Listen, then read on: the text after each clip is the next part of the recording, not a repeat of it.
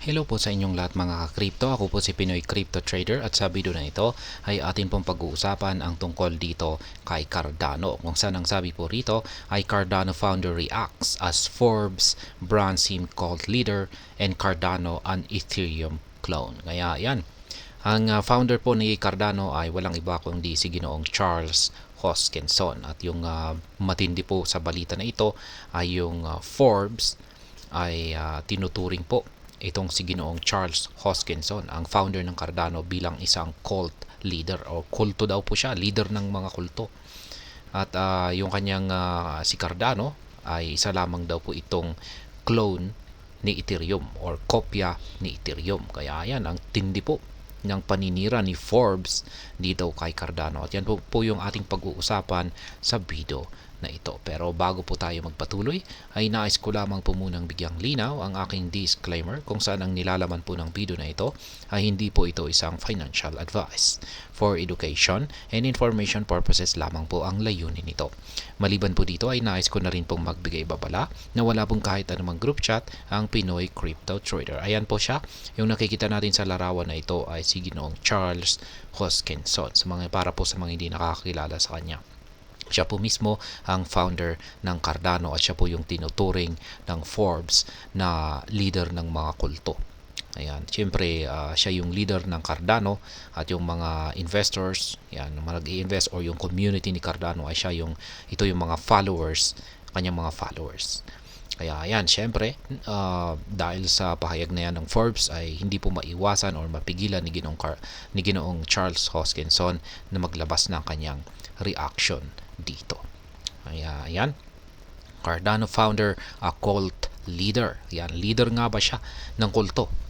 Si Charles Hoskinson, ang founder ng Cardano, ay tinawag ng Forbes na isang cult leader para sa mga taga-suporta ng kanyang blockchain na inilarawan bilang isang Ethereum clone na may kasalukuyang halaga na $11.5 billion. Ang paglalarawang ito ay nagdulot ng malaking debate sa community ng cryptocurrency. Yan, pinag-usapan po talaga ito. Marami ang dumipensa sa Cardano, binigyan diin ang mga technological na pagkakaiba nito mula sa Ethereum, tulad ng mas maagang proof of stake model nito at paggamit ng EUTXO model na may mababang bayarin kumpara sa mataas na transaction cost ng Ethereum. Kaya yan, nagsimula po yung usapan yan.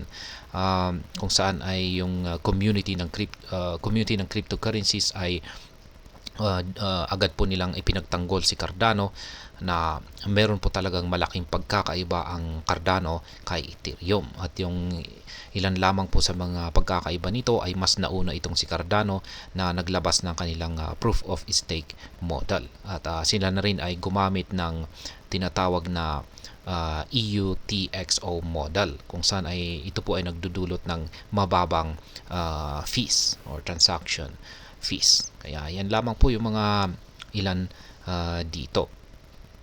Kaya ayan, si Ginong Charles Hoskinson mismo ay ayan, nag-react, napareact dito. Kaya sino ba naman ang hindi mapapareact sa ganyan po katindi na kritiko? At sinabing ang paglalarawan sa kanya bilang isang cult leader or kulto, leader ng kulto, at kay Cardano bilang isang kopya lamang ni Ethereum ay ayon sa kanya ay isa daw po itong malaking maling pagkakakilanlan or mischaracterization. Ayan, may actual po na tweet rito si Ginong Charles Hoskinson at sabi niya, Steve, are you seriously calling Cardano an Ethereum clone and me a cult leader? Ayan, Steve Enlarge Pretty Low Blow Man. Ayan po siya. Historical altcoin criticism by Forbes. Kaya yan, mukhang hindi na po bago ang mga kritisismo na inilalabas ng Forbes pagdating po sa mga cryptocurrencies. Kaya hindi po ito kauna-unahan. Meron na rin pong inatake ang Forbes na iba na mas naunang mga cryptocurrencies. Kaya yan, ang pinakabagong insidente na ito ay bahagi ng mas malaking pattern ng Forbes kung saan ay meron silang pag-aalinlangan sa mga altcoins. Dahil dati na nilang pinuna ang iba pang mga cryptocurrencies tulad po ni XRP.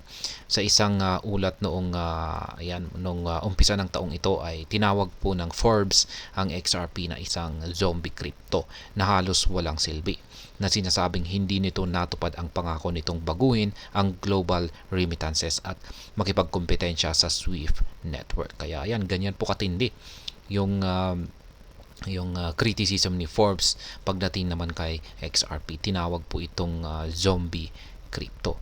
Yan, kung pag sinabi nating zombie crypto ay wala talagang itong silbi kasi yung mga zombie ay patay po yan na yan, kung nakakita po kayo or nakapanood po kayo ng mga palabas or movies ng mga zombies, ay yung mga zombies na yan ay mga taong patay na yan. Ayan, pero kumikilos po sila. Ayan, gumagalaw po sila.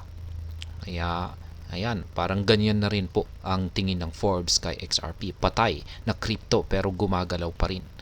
Kaya, ayan, at binatikos na rin po nila or ayan, yung mga hindi natupad na pangako ng XRP na global remittances at saka ang kanyang pakikipagkompetensya sa SWIFT network. Ayan, pero syempre malamang ay hindi pa po nila ito nagagawa ngayon, pero hindi natin alam sa hinaharap ay baka ayan na.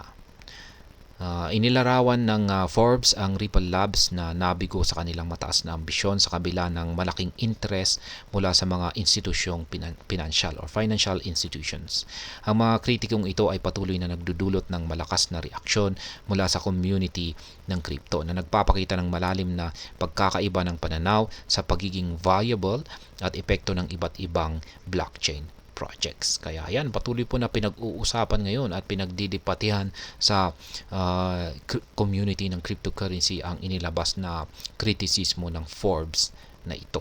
Ayan, kay hindi lamang po kay Cardano kundi maging kay XRP at saka sa iba pang mga altcoins na ayan, kung saan ay naglabas po ng mga kritisismo ang Forbes. Kaya ganyan po katindi ang Forbes pagdating po sa kanilang paglalabas ng kanilang pahayag, kung saan ay ayaw na ayaw po talaga nila or parang wala po silang tiwala sa pagdating sa mga altcoins. At ayan, hanggang dito na lamang po tayo sa video na ito mga ka-crypto. Sana po ay inyong nagustuhan ang aking paliwanag sa video na ito. Kung inyo po itong nagustuhan ay pakiclick lamang po ang like button nito. Para naman po sa mga bago lamang dito, kayo po ay aking inaanyayahan para mag-subscribe. Pakiclick na rin po ang bell icon nito dahil ito po ang siya magsisilbing notification nito sa mga bago kong videos na akin pong ina-upload sa aking YouTube channel na ito. Marami pong salamat sa panonood. Ingat po tayo lagi at God bless po sa ating lahat.